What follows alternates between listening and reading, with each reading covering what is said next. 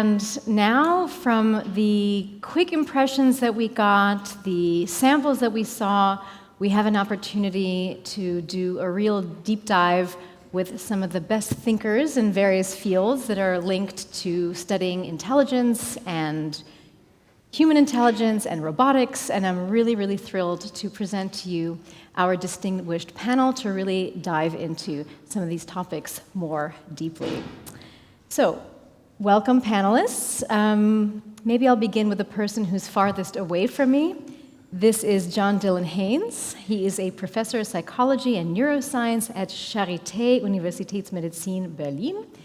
And among other things, he's known for his significant contributions to the problems of free will, consciousness, and machine learning in neuroscience. So that is a mouthful, for sure. And one of his current research focuses is the comparison between the intelligence of humans and machines. So welcome to you, John. Hello. Yes, sure. And sitting beside John is Dr. Georgia Chalvatzaki. She's a professor for interactive robot perception and learning at the Computer Science Department of the Technische Universität of Darmstadt and Hessian AI.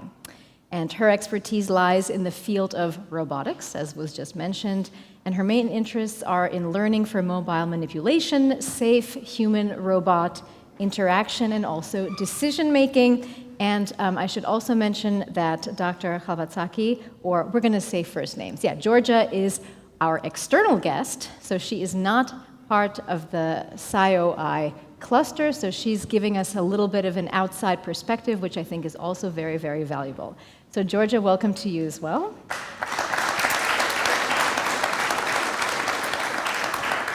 And beside Georgia is Jens Krause. He is a professor for fish ecology at the Humboldt-University, also here in Berlin, and he works on collective intelligence and social networks in social animals, including humans, we should add.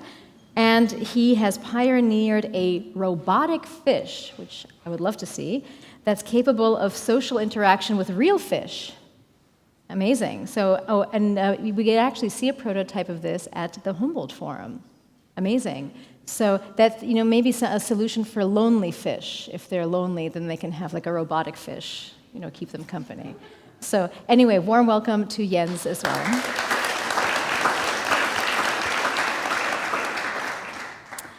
And last but not least, right beside me is Verena Hafner. She is a professor of adaptive systems at the Humboldt-University here in Berlin, and she's renowned for her contributions to developmental aspects of artificial intelligence and robotics, and her current research interests are sensory motor learning and prediction and the development of an artificial self.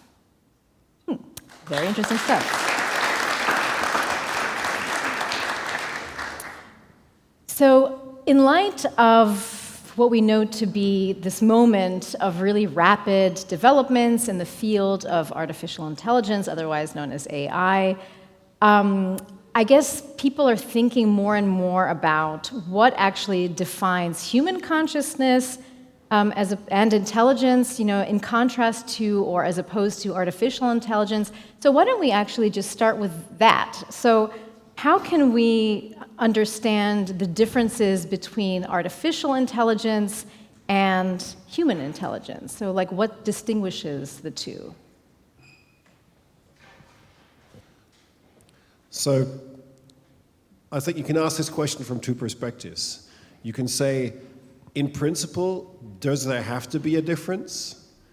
And of course, there are differences. For example, the medium in which one takes place, silicon versus biology. But does there have to be a difference in principle? And then you can say, what about right now? Is there a difference? I think there doesn't have to be a difference in principle. I think we're going to be more and more able to imitate human intelligence as we go along. And we've been quite surprised over recent years how much better we've gotten.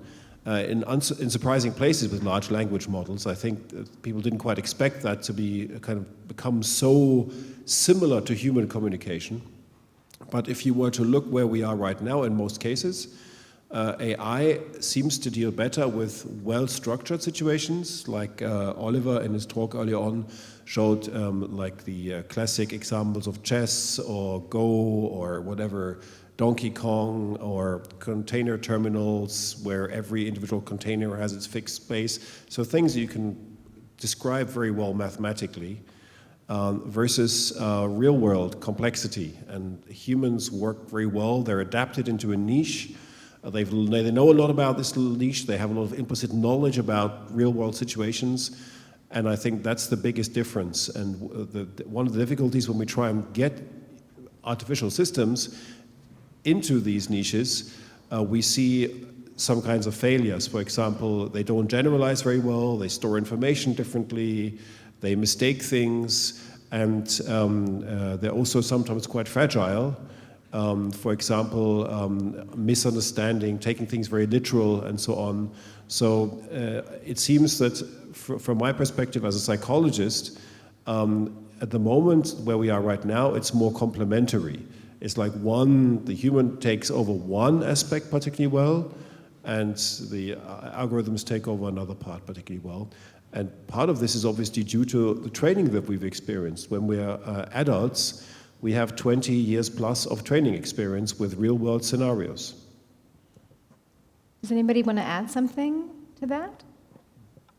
I can only add a clarification of like what I believe and most of us as AI and robotics researchers talk about when we talk about artificial intelligence. Is basically to endow machines with the reasoning abilities, being able to perceive and process the information they can receive from various modalities and being able to reason over them so that they can act in a way that resembles humans. However, this is not exactly the case eventually, because as also, again, I will cite Oliver showed, like we can have now AI agents playing chess and Go with superhuman abilities. So it's not really now about how we can really use AI and resemble it like to the intelligence, I think, of humans. And I would agree that it should be complementary in some sense right now. Well, what stuck in my mind earlier was this example of how it's quite easy to teach a computer to play chess, and that's sort of one form of intelligence, but it's a lot harder to teach a machine to dance. And I'm just wondering, again, like I keep coming back to that example. So what is it about dancing that's a very human act and involves very human intelligence that's particularly difficult to recreate in a machine? So why is that so challenging? And we can have speech, as you mentioned, which is quite good. You can hardly tell the difference between sometimes a computer-generated voice talking to you and an actual person, but you can certainly tell when it comes to dancing. So why is that? I mean, one big difference is that for chess, for example, you have very predefined rules. You can just implement them in a computer program or a machine, and the machine is acting accordingly. For dancing or more complex intelligent behavior, you don't have that. So as a roboticist, we have to think, okay, what are the prerequisites? What do we have to put into the machine? And we put several assumptions into the machine about what we think is intelligence, but well, we have to start with something, and then of course there's on top of that there's some learning, and then there are all the interactions and with the environment. But in humans it's different. So first we have this whole evolutionary perspective. So what is inbuilt is already there. We can't change that. We don't have to think about what we would change. And also during development, there's a lot going on. Lots of basic behaviors are being learned, and humans adapt to their situation, to their social and physical environment. And in machines, okay, we have some training data we give to them, but then all the behavior is based on these prerequisites and the training data. Yeah, maybe to add a point, there are of course some humans who will never really competently dance, and for certain Latin American dances, I'll count myself amongst them. So I think if you were talking about human locomotion, You say, why is that hard for robots? I would see it in a way more because it's something that really everybody is capable of. When it comes to dancing, oh man, how would I like to dance really well? But it's not given to all of us.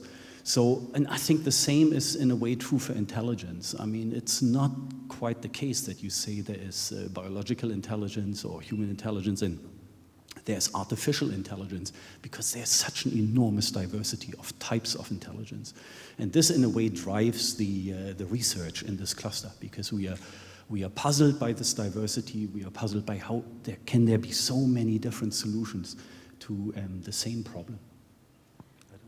The other thing that I wonder about that, I mean, is certainly very different, when we look at humans and, machines is, at least for humans, and I think I talked about this with our researchers studying individual intelligence, that there's such a wide range of individual talents and abilities among not just humans, but they also observe this in mice. The mice that were a bit quicker or a bit more patient or a bit more persistent, and it really varied from individual organism to organism, much like some people are talented at dancing and others are not talented at dancing, and we don't have that kind of variation, I would think, in a machine that we built, even if it's learning, patterns or can build on, things that it has already learned to, expand its knowledge. So can any of you, talk about these differences a little bit?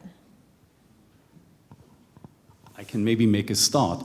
So when we got started with SCIoI, I also thought, as a biologist, there's all this variation in individual animals, and I work on clonal fish, and there it's even more striking how they can be different when they're genetically identical. And then I thought, and the robots, they're all the same.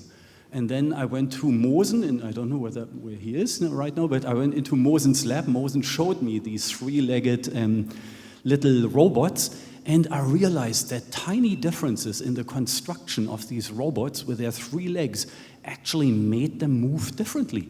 And when they move collectively, these individual differences actually had an impact in the global solutions that they found for problems. And suddenly I realized individual variation in robots can also have actually even a role in solving problems.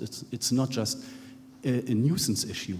And this made me realize that maybe robotics and animal individual variation can have things in common. Wow. I had no idea that you could see variations in machines. Georgia, can you tell us more about why that is or how that works? This comes from the hardware side. This is something that I wanted to add, also connected to the previous question. We have to make also a distinction that robotics is embodied AI, is AI that does not just live in ChatGPT, for example, but it's something that has to really interact in the physical world, being embedded inside the world, interact with the world, change the world. So we have to take this into account. This means that one of the reasons why, for example, a robot cannot dance or cannot walk as we would like them to walk, like human, like, let's say, patterns, is that we also have hardware restrictions. And they don't have exactly the structure and flexibility, the robots, that the human body has, and this makes also the control different. Now, when you have a production line, small variations in the way that the motors, for example, get produced means completely different dynamics, which means kind of different behaviors in the end that you can achieve with the same Pepper robot or with the same now or with the Kilobot. So there are variations.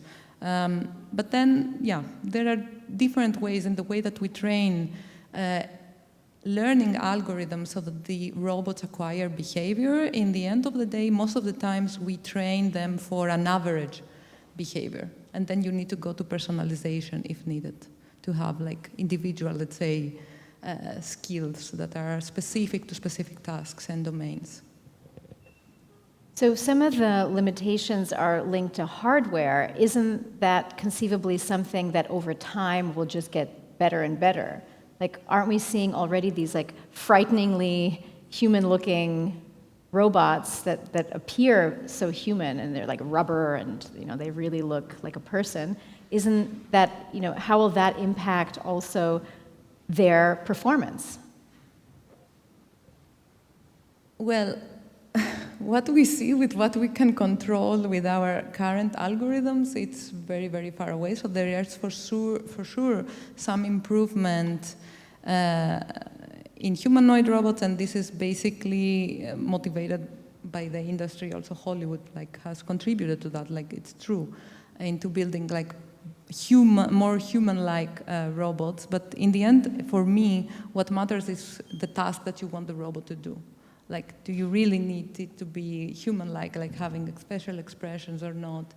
What kind of walking behavior and for what reason, for example, do you want the robot to have such a behavior? So I think it's very task-specific, and we should really think that there will be a diversity of robotic solutions, exactly as Jens said, that there are so many different types of robots, right? And there is a purpose for that. Okay, so up to now, I guess the model is that the robots are learning from humans, or we're kind of teaching them certain behaviors or the ability to recognize certain patterns or behave in a certain way. But what if we flip it for a moment? So what kinds of things can we learn about being human when we interact with intelligent machines or robots? What kinds of things maybe have they revealed about how human beings work or think or tick? So, historically, we tend to have thought of ourselves as the apex of the cognitive evolution, and hard to surpass. Yeah, we are so brilliant at playing chess, and we're so brilliant at playing Go, and all these, and Donkey Kong. Yeah, that how could you ever get better than we are? And it turns out that, of course, then you had algorithms that were able to play these games. And one of the things we learned from that was when they surpassed human performance, they sometimes made moves that you would not expect, that you wouldn't have thought about. And so you're in a weird situation where we do something very well, an algorithm does something very well, but it solves the problem in a slightly different way. Often, of course, we train algorithms on human performance, so then kind of they will behave similar to us. But if we just let them learn with reinforcement learning, so basically with rewards and success, and just finding a solution that's going to work by playing something through hundreds of thousands of times, then they will find solutions that we would never come up with. And it's the same in chess. Funny enough, in chess, there are these moves in chess where you say, this is clearly an algorithmic move. A human would have never done this move, and it's used in evaluating, as far as I understand, I'm not a chess expert, but it's used in evaluating cases of fraud, because you say, this is a move that a human would have never come up with. Saying, well, what about a very intelligent human? Well, something about this move that was very algorithmic, that is like thinking around the corner, going back a step where you would want to go forward and things like that. So lots of properties of the way humans solve problems. We, for example, there's this thing if you have a barrier and we want to go through the barrier, we don't think we're going to go back and retrace and go all the way around. So there's this natural tendency to always minimize the distance between yourself and the goal, and not to kind of seek go around a longer way to find an easier way to the goal. So these kind of things that are built into the way we solve problems, and algorithms might, if it depends on how they explore the space of possibilities, they might not do that, and they might find something completely different. So in a way, we can also learn from the way in which an algorithm solves a problem. I think that's something really interesting. Also, when we think of this as a competition, we think, oh, there's us humans, and now the algorithms are coming, and they're much better than we are. What we're going to be after is kind of designing the way in which we live and interact with and make use of algorithms, rather than seeing this as a competition. And we have to kind of see what the particularities are of how they solve problems, and we have to learn from these particularities. So, in other words, is what you're saying then, robots can make humans smarter? I'd say robots and algorithms can definitely make humans smarter if we learn from the way in which we get inspired by how you might be able to solve a problem differently, or you just harvest abilities they have. Yeah, I mean, if you think about a simple, you don't even need to go to any fancy deep networks or reinforcement learning algorithms like the modern AI techniques or diffusion processes. You can just simply say, just take a calculator. I mean, we tend to think this is something new, that machines are better than us. Take a calculator. A calculator or a steam engine has always been stronger than us, and a calculator has been able to calculate faster than us. It's not anything new that a machine can do something better than we can. So it's just the way we make use of this. And I think if we manage to design the interface between ourselves and these algorithms, that we make sure that they remain our tools, and we're in control of setting the goals about where things are going to go, which I think is the biggest problem, then it's going to be good if we manage to do that. And actually, as a roboticist, and if you're trying to replicate intelligent behavior, you see how difficult it is. Like simple grasping behavior, grasping a glass or so, you want to teach it to a robot. There's lots of things that could go wrong, and actually there are more and more workshops on robot failure coming up at the moment. And through like this viewpoint, you appreciate more how intelligent some human behavior is, that maybe before thinking about how would the algorithms work, you wouldn't appreciate that much. One of the things when we started working on robots that really struck me was, first of all, when we had fish robots and they interact with live fish, and we invited biologists into the lab, they would look into the tank and look at how the fish respond to the robot. And if we had invited roboticists, they would look under the tank because they wanted to see the control. And so there was a very different type of interest. But when we had lay people who looked at these interactions, they would always attribute agency to the robot. This is something that really struck me. People always, they look at the robot and they think immediately they know what it's trying to achieve. And we would say, it's on a random walk. I mean, it's not achieving anything. And I think when you look at robots, you see humans, when they watch behavior, whether it's human, animal, or robot, we immediately think about what purpose is this behavior trying to achieve. And I think this is something, in a way, we learn about humans by exposing them to robots. Mm-hmm. That people are searching for meaning. Is that what you mean? Yeah. Mm-hmm. For explanations that may not even exist. Mm-hmm. Ooh. Man's search for meaning? I mean, just have to look in the night sky, look in the clouds, I mean, all over the place. Pareidolia is an example where you see, as soon as something looks like a face, you think it is a face. You hear the thunder, you think it's Thor or some gods. We over-mentalize. We tend to see the activity of agents, even in completely random situations, all over the place. We're just like a substantial part of our brain is dedicated to processing faces, and that means we just see faces all over the place. Our brain seems to be structured around simple social systems where we have actors with intentions and they do things. So if there's a thunder, we kind of generalize and we think like, well, okay, there must be an intention behind that, and I just can't see the actor. So we kind of this is an interesting aspect of our intelligence, which is it's pre-structured. It has a bias. It interprets things, structures things relative to our individual history. And if you want to make a machine like us, I think you're going to have to learn part of that as well. I mean, I'm not saying you have to make a machine like us, but if you wanted to, it's going to have to learn these things as well. Georgia, did you want to add something or no? I mean, what that makes me think of, I mean, I'm sure many of you have seen this movie, Her, where this sort of, this man starts to have emotional attachment to a machine or a voice, or, we're crossing into the realm of emotions.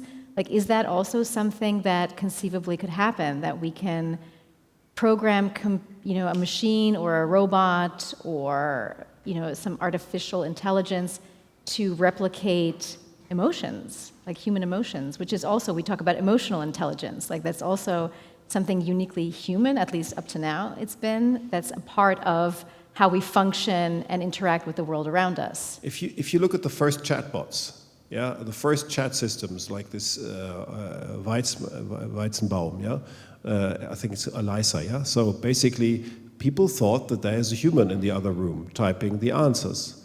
And it's even more so today. And we've actually done research with, among others, Rasha and Verena and Anna, who's here, and within SCIoI, on whether we see a difference in actions between algorithms, machines, robots, and humans. And very often, we're really happy to see something as really human. Yeah, so often we can't distinguish. And that is because we have this idea that normally the way our brain was built, there were no robots, there were no algorithms, so we interpret everything with a template, and emotions, it's exactly the same. So we tend to attribute emotions in many situations where there are no emotions. They're completely technical systems. Like you might slam the door of your car because it's not working. Technically, you're not solving any problem with slamming the door of your car because it's not working, but you kind of like, it's like, my stupid car, it always does this, and then bang, and you punish it for doing that. But it's like, it's an inappropriate atavism, cognitive atavism, that is not suitable for solving the problem, but it comes from the way in which our mind is structured. I would say there is also the other aspect of whether we are going to program robots to exhibit basically emotional intelligence, and I will put quotes on it. Because even now when we interact with ChatGPT, you can see that in the phrasing, it has like some pre-built, it can be also engineered kind of responses of like, yeah, let me help you, like I'm excited to help you kind of. Or when you say, no, I didn't want this, oh, I am sorry, I didn't want, and you kind of like, oh, poor thing. And this is, of course, engineered inside the model such that it can create trust and acceptability by the user. So it is somehow manipulating us into liking it, because otherwise it would have be felt a bit of, you know, too robotic talking. Of course, it takes like some statistics of general human language and so on. So then it comes the question of whether or not we want to have robots that are exhibiting this kind of behavior, even with expressions, gestures, exactly like a human would do in order to convince you about something. So on the one hand, you want to have, there is, let's say, two, again, aspects. On the one hand, you want to have a robot that will be trusted by humans. For example, you want an elderly person that has a personal assistant in their home, a nurse, to feel safe and to accept the service of the robot. But on the other hand, you don't want the robot to be manipulative, right? You don't want to have a robot, I don't know, depends on, of course, on the application and the context, but you wouldn't want to have a robot that manipulates you into feeling that they are human. So I think that there are ethical implications, and there should be like frameworks, ethical frameworks that need to be placed on how robots will operate in the society in the future.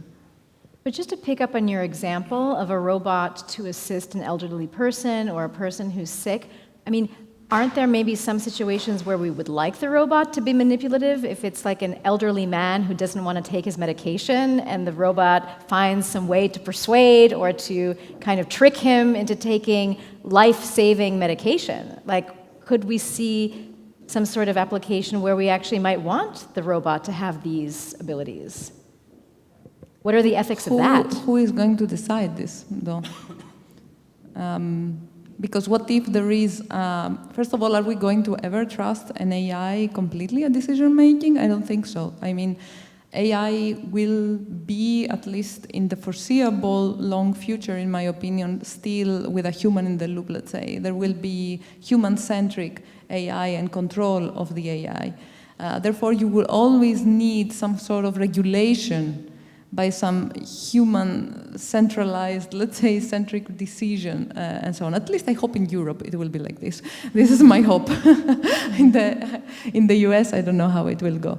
Therefore, I think that these are very crucial topics that are also touch on political, actually, aspects on how we want to regulate and what will be considered acceptable or not as a practice, especially if you have an elderly person that most likely might not be on, the top cognitive function. So who is the one to decide upon these kind of behaviors?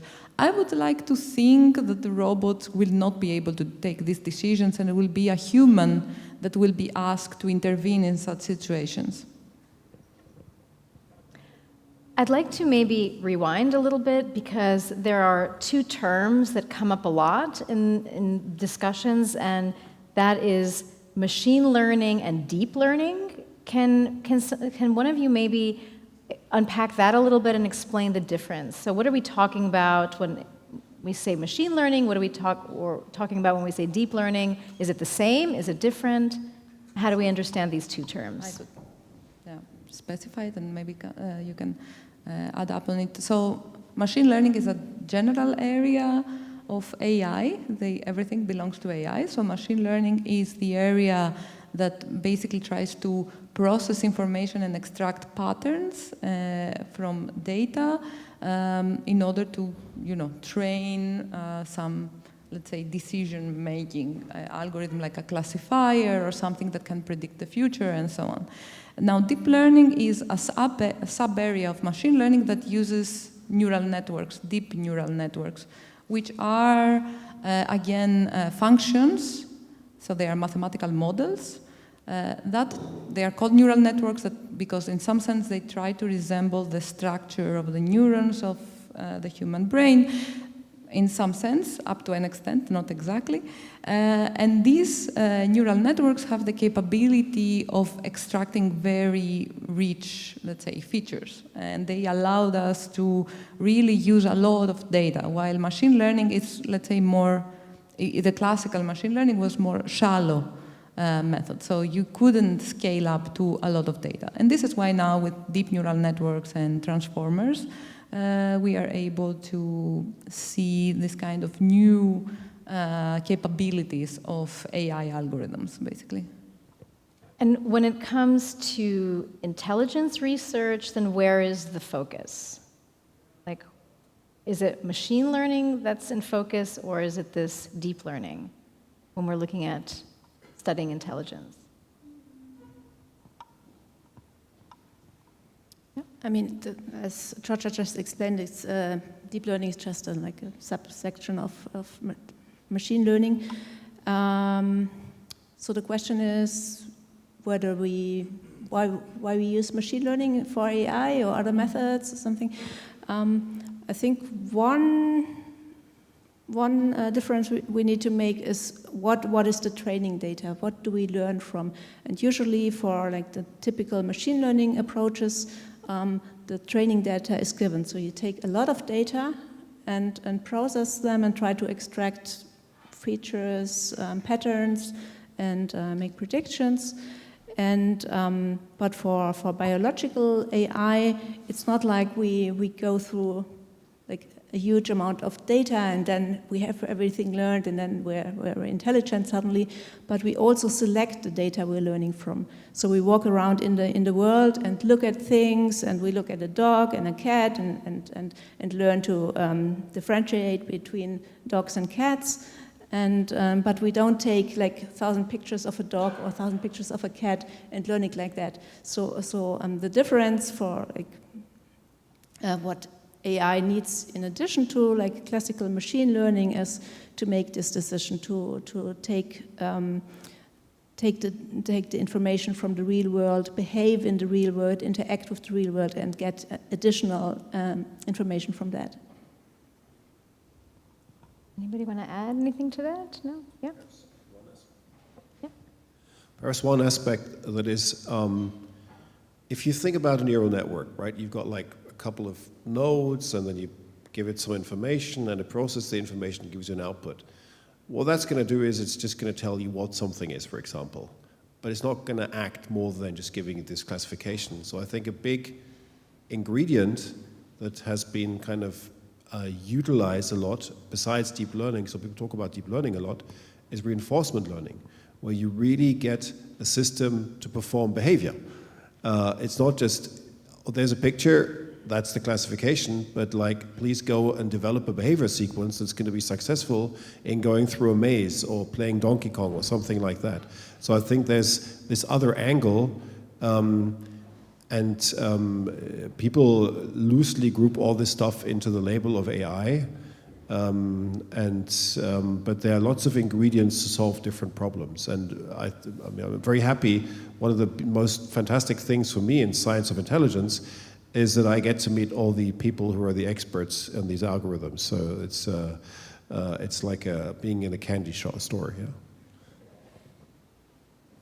Yeah, to make a clarification also connected to that, it all depends on, as Verena said, on the type of data and what kind of information you have, like of what you want to replicate. So once you have basically a robot and the goal is to reach, I don't know, a point 5 meters away, then basically without saying anything else to the algorithm, then the algorithm will try to search what is the strategy for me to reach this point, because then I will get the reward. So this is when you do reinforcement learning, basically. But when you have examples of behaviors that you want the robot to replicate 100%, then you do imitation learning, which is basically supervised learning. So I show you exactly what I want you to do, and I want you to replicate it with exactly the same way. So I would say that it is a collection of things. Like, as machine learning is combined of all these different approaches, I believe also, intelligence is acquired through different processes, right? So that reminds me of what we saw this morning about the mouse who figured out this lockbox. Is that what it's called? And it's clearly something that does not exist in the natural world, but at least what it was trying to replicate was just a challenge that involves several very different tasks, I guess, and this mouse had to adapt its behavior or adapt its efforts to get food, to deal with an unfamiliar sort of scenario or an unfamiliar device or contraption or a visual that doesn't exist in nature. So I guess the way that I understood it, this is an example of adaptivity. Is that correct? Like for intelligent behavior, is that how we should understand this term? Well, I mean, what is surprising about the behavior of many animals is that they seem to learn not just for a specific task. So when you perform machine learning and these kind of things, often you have training data for the robot or whatever to be very good at a very specific thing. And many animals, what they do is they learn in a way that can later on cover quite a range of different contexts and tasks. And this is something which is a bit harder to understand, because they seem to learn at a different level that enables them later on to adapt behavior to many problem-solving challenges that to us sometimes seem unrelated, and we don't quite understand what has happened in their development to create this ability. So does that make it very hard to apply this to artificial systems, or can we actually, do we know enough to be able to apply that to artificial systems, or not yet? It's very difficult to quantify what changes in the environment in order to have adaptive behaviors, I think, realistically. So there is, I think, what you were trying to say from my perspective as a roboticist is this adaptation and generalization problem. So you may have an algorithm or a controller that has a sort of behavior. Okay, you trained your robot very nicely, now you take it into the real world. If something slightly changes, is the robot able to adapt in doing the same exact task, for example? Maybe the temperature changed on something, and this affects the world. It affects the dynamics, as we say. And then, of course, there is generalization, which means, so I learned to solve, I don't know, pick and place, and I learned to solve pouring. Can I now right away generalize and do cooking? Because there are skills already of dexterity there that I believe that the mice might have, even if they have never, for example, played this puzzle lockbox before, but they probably learn how to explore, map the environment, use their hands in order to manipulate things, and the same goes with the cockatoo. So there should be this kind of transfer of knowledge that allow them to generalize their skills. And this is, I believe, one super big challenge also for robotics or robot learning, AI, etc. Verena, you're nodding. Do you want to maybe add something to that? Well, I think most of it has already been said. So basically, as Oliver pointed out before, it's difficult to find a good definition for intelligence or intelligence behavior, but adaptivity is certainly part of intelligence because we need to adapt to different situations. We need to adapt to changes in our own body, for example, during growth. So suddenly you can't just execute certain motor actions. It will change. You have to adapt them to, you have to check whether they still work, if you break your hand, and so. And it's the same for AI and robotics. So it needs to be adaptive to adapt to the robot's body, to a specific task. So that's like a major challenge in AI.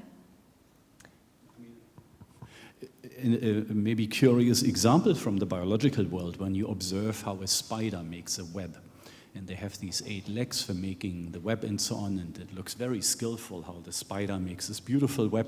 And then you see some spiders that through an accident with a predator or with a conspecific, they have lost some of these legs, and they still can make this beautiful web in just the same way, but suddenly using fewer legs. And I would imagine that for robots, this would be quite hard. I mean, if they have been programmed to use their 8 legs for doing this, I don't think an engineer would give them 8 if it can also be done with 3. But for the spider, there's robustness in the system. And biology seems to have made animals or evolved animals in a way to create robustness for these kind of accidents. Robust and resilient. So is that where we start to see the limits of machine learning? The spider with fewer legs can always outperform a machine? Not really. I mean, we're exactly that's what we're doing in SCIoI. We're looking at these mechanisms, and we're looking into how can we realize adaptivity in artificial systems. And for example, one approach is that we build systems that continuously predict the consequences of their actions, and then check, okay, is my predicted consequence, is it still what I experience when I perform this action? And then if not, there's some sort of prediction error, and we can use that prediction error to adapt to the new situation. For example, if the robot loses one of its 8 legs or something like that, and then tries to find a solution and try to, by reducing this prediction error, comes up with a new method to perform the same goal. So we're looking into these strategies, of course. Yeah. And where do you find like the biggest barriers to that? Like, what is the hardest nut to crack? Is it the emotional aspect? Is it a survival instinct? Because I mean, all of the things, even for the spider, how large is its brain? Like, not very large, but it's clearly driven by some other forces to continue to be able to make that web, even if half of its legs are gone. So, I mean, I find that really fascinating to try and understand, like, what is driving an insect to be able to keep, where does the spider get its resilience and its skill set to perform with such a handicap? And what can we learn about that and apply it to machines? Well, maybe one of the first things to learn from the spider example is clearly, I mean, the spider, if it can make a perfect web with 3 legs, then nature has not made spiders just for making webs, because there would have been very wasteful to give it 5 additional legs that are not needed. So they do many, many different things. I mean, they need these legs during courtship, during prey capture, and I think this is often so difficult to predict, and often when new structures in biology come into existence, they take on secondary or additional functions simply because the new structure is there. And this, I think, is often very difficult to understand. When you look at the spider, you initially think these legs are just for making webs, but we don't actually know how many different functions they perform. And this is a bit of a tricky thing to really fully understand, and then to say, okay, it has 8 legs because of these 5 reasons, or 10 reasons, or 100 reasons, we don't know. Or maybe just for redundancy. We have about 10 minutes left, and I actually want to leave at least 5 minutes for our audience to ask a couple of questions. So I'd like to come back to the ethics of all of this. I mean, we touched upon it very briefly towards the beginning of our conversation, because this is something that people are increasingly concerned about, that, you know, is it a good idea to make machines smarter and smarter? Are we not setting ourselves up for a scenario where the machines are going to not just take over people's jobs, but possibly take over governments, you know, take over the world, take over militaries? I mean, I have to say, these little robots that work collectively that are in the exhibition, I mean, the first thing that I thought of, they look like soldiers, right? Like sort of marching in unison. And it's a bit scary. So what are some things that you as researchers are taking into account, you know, to counter some of the risks that are associated with the continuous development of AI? So, for the last couple of months, I've taken over the role of coordinating the ethics activities for SCIoI, and I'm very happy to be able to do that, because it's a topic that there's a lot of positive support in SCIoI, and it's a topic that's been really considered like a strategically highly important for the last couple of years. And there are different aspects. One of the things is, when we're doing research in SCIoI, is our research ethical? Like, hey, can I just crack the skull of a research participant and scan and study their brain? No, obviously not. So there are research ethics with the animals, with the humans, with the data that we get. So there are lots of these kind of ethical aspects that are really important. Then there is the issue of, like, what kind of consequences does our research have? For example, is it going to lead to the invention of bitcoins that then, like, eat 10% of the world's power supply or something like that? Yeah, I mean, don't know any exact numbers, that's exaggerated, but this kind of question. And finally, the question, like, our whole research field, what kind of techniques does this bring up? And then you have lots of aspects, ethical aspects. You have the topic of biases, for example, like the data sets, your machine learning approach or your AI algorithms are going to inherit any biases that are contained in the data sets. So if the classic examples are biases in policing or biases in incarceration in the US particularly, where this has been studied a lot, I'm not saying that it's not there in Europe, so basically the algorithm will inherit the biases, and how do you counteract these biases, and what is a bias, and what is a valid kind of predictor? Or another big topic is alignment. How do we make sure that a set of algorithms that gets set loose on a problem is implanted with the right goals? Yeah, is it the goal of the president of some country? Is it the goal of a company, of some sinister state? Whose goals are being implemented in these systems? And how could we even decide whose goals we should be considering? Like, we're all very rich Western Caucasians. A lot of people here are Caucasian. Like, is it the interest of white, educated Western Caucasians? Of course not. We shouldn't be the sole goalpost, or gold standard. So then, should we look throughout the whole world and get everyone's opinion included on what we should be doing and not be doing? And then suddenly, when we want to discuss a topic like whose goals we want to align our algorithms with, we're opening a Pandora's box of international fairness suddenly.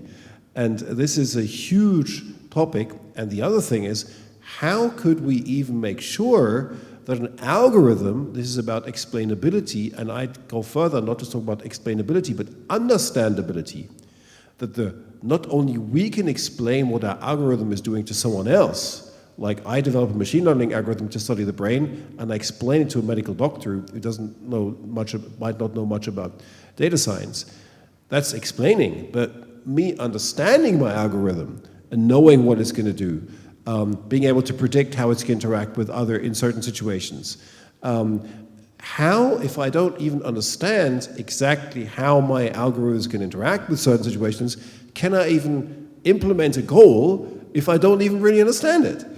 Yeah? So these are big ethical questions, and ultimately they have to do with issues like fairness, who are the stakeholders, but also technical issues like how could we even build a goal into a system that we don't understand? And SCIoI is putting a lot of effort into this topic, and we have Daphna here and Scott Robbins and some other people who are very heavily invested in the topic of ethics, and it's really important to us. And I think it's something that we all have to deal with, because right now I think we're playing with systems, the implications of which we can't really predict. So you've really done a thorough job outlining the risks, but I think what I'm waiting to hear is, okay, so what are some safeguards that we can implement? And Georgia mentioned something, well, at least in Europe, maybe we can, have some sort of, legislation, and the governments have to, introduce laws limiting certain things. But even if they do that, what good is it if there are other countries that don't have these safeguards? Because ultimately, we live in a globalized world, and just because European countries may have safeguards, if other places don't, we're still at risk, aren't we? Well, first of all, in medicine, I'm not a medic, but I work in a medical faculty. First, you need a diagnosis, and then a therapy. Yeah? So you don't start with the therapy without having a proper diagnosis. And I think we're still there right now. Understanding what the scope of the systems is when we let them out into the world. And I have to say, we have a serious problem of control. We have a problem of control exactly for the reasons you just mentioned. We have the problem of control because they're all over the place, and everybody's installing them, and there's no central agency that you can say, like, okay, you're going to do an ethical assessment, and if it turns out to be wrong, you're going to turn off this system or that system. It's a multipolar environment where the algorithms are being implemented all over the place. So right at the moment, there is not really a place where you can go and turn a development off if you think it has certain risks. So what we're doing at SCIoI is ethically assessing the implications of our own research, considering also how it interacts with other domains. But the problem is much bigger, and awareness and diagnosing the problems and raising this issue, I think, is right at the moment a very big part of the topic. We can't turn this off right now. I'd love to hear from Georgia, from a different institution. Yeah, so I think that in general, the big issue right now is to develop AI based, in my opinion, on European, let's say, standard, more humanitarian, and AI for the people.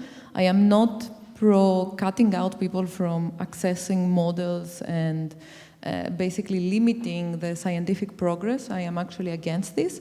However, I am very much against relying on a company that is based on the US and is connected to, let's say, elitists, and empowering the European research, the European companies, and everything that will want to have access to AI from these external companies, because everything can happen and they can say, now we cut you off, and so on. So I believe that, first of all, we have to focus on building AI that is, let's say, European, local, and it attributes to basically, let's hope, standards that we as European citizens have or we want to impose. So there should be the safeguards. I agree.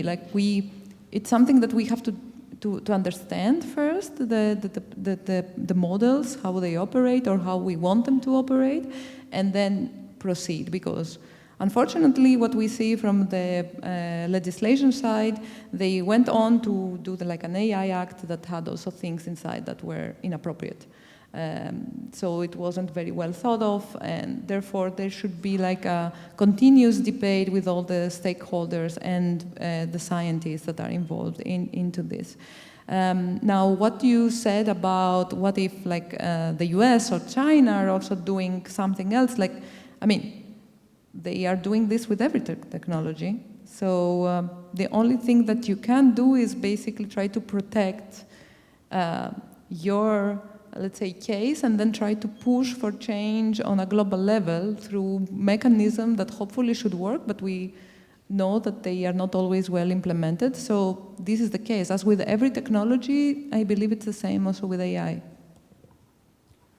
And I think there's not only the issue of top-down control, whether governments or Europeans or whatever can do this, there's also the user perspective. I think people in future will have to become more technology literate when they interact with these systems. And we have to ask ourselves, what do we need to teach in schools, at universities, and for our general population to make sure they're aware of the possibilities, of the limitations, of the dangers.